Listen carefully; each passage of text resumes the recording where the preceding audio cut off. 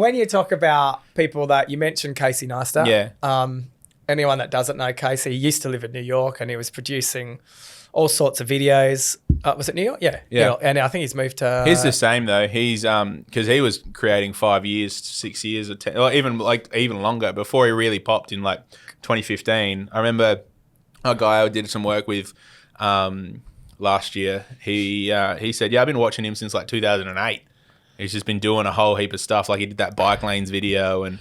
It's really, you just got to keep at it before you actually get the viral video, like the finger or whatever, which is, really, really like the overnight success thing is total bullshit. The average YouTuber stops in the first year. Yeah. And people underestimate how hard it is to get 1,000 subscribers on YouTube. And I think everyone thinks it's easy and they watch someone that's got millions. And it's fair to say the more subscribers you have, the more you get. Oh, it's a big snowball. Like it took me ages to get to 1,000. And if I posted more regularly, I'd have way more than I have now. That's my issue now that I've got like 5K or whatever. But yeah, it's one of those things you start, like, oh, it took me ages to get 100, ages to get 1,000. And now 5K's come all right. And then hopefully next year, 100,000. I don't know.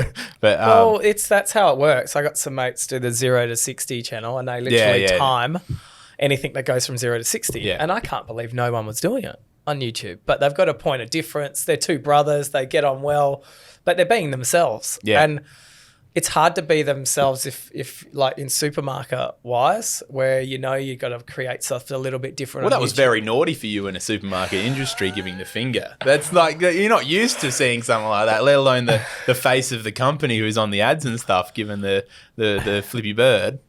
Well, and rightly so too. I think it was a fair enough. But when people are producing their content and telling their story, I think it's a lot easier to tell a story if it's totally authentic. Yeah, well, I don't know another quote, but it was like, you're always going to eventually show who you actually are. Yeah. So you see like Jake Paul, and it's like you said before, like everyone knows he's a bit of a goose now. Yeah. But he started off so good. It's the same as Logan unraveled. Like everyone unravels if you aren't yourself in these videos over time, because you like, people are getting cancelled from like 2010 or whatever. It's like, I've been on it for so long. Like when you think I haven't said something that's like offensive and stuff like that.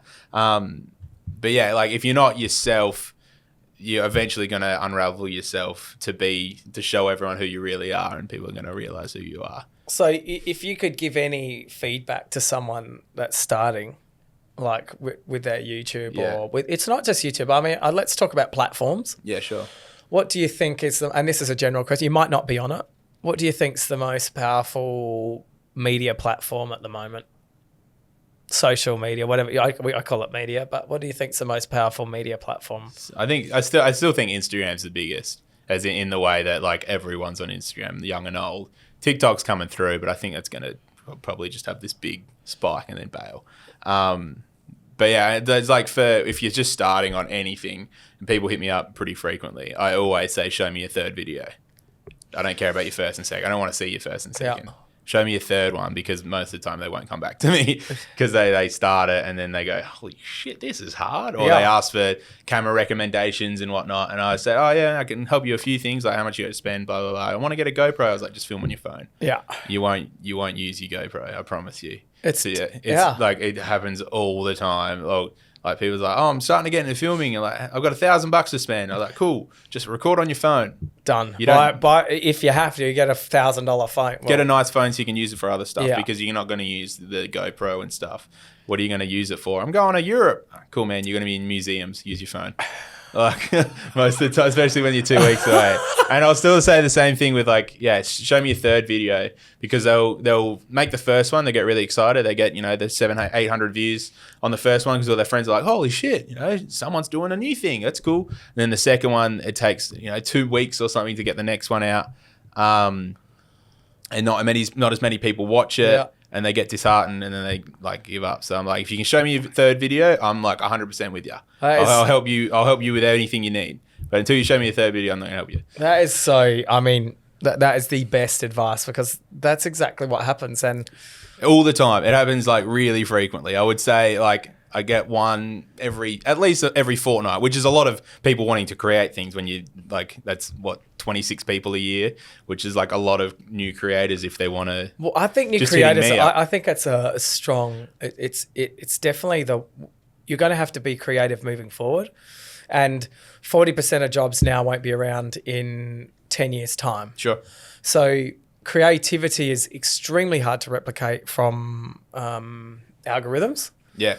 And at the moment, no one knows exactly how the brain works. So while we're talking about that, it sort of makes you realize that people with creative juices, companies like Tribe, where you can pawn yourself out to try and do a small project to earn some money. I think that's the future, and I think having people with their side hustle where they can earn a bit of money on the side until they make that transformation of I want to earn $300,000 a year, and work like a dog, and maybe not be so happy, or I want to get creative.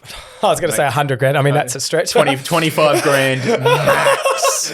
My brother, like, if you can feed yourself every day, you're winning.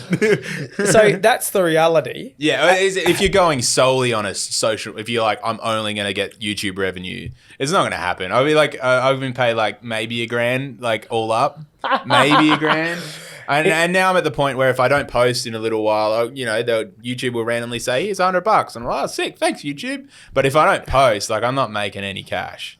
Unless you're doing like, Drake's comes to me and say, I want to, do X, Y, Z. I'm like, cool, man. We can put it on the channel. You give me a couple of grand for that. You're not getting paid. So still got to know business, whatnot, because there's a lot of stooges out there making cool content, but they got no idea business wise. Correct. And I was lucky enough I think I got this from Red Bull initially, even though it was only 20 hours a week or whatever it was. I still was in big boy land in the way of talking to marketing managers and all these different people, and you're like, yourself. You're talking to us. Yeah, and I was like, fuck, we can't afford that. And I'm not caring. You're at uni. You're a Red Bull dude. You're living the dream. But So, but you know what I mean? Like, there's a lot of, like, especially 5 years ago when Instagram was really popping with the adventure, like, wanderlust people. Yeah, they're like, I'll do it for $50. And you're like, no! Actually make yourself a little bit of money and you'll be able to feed yourself and all that sort of stuff. But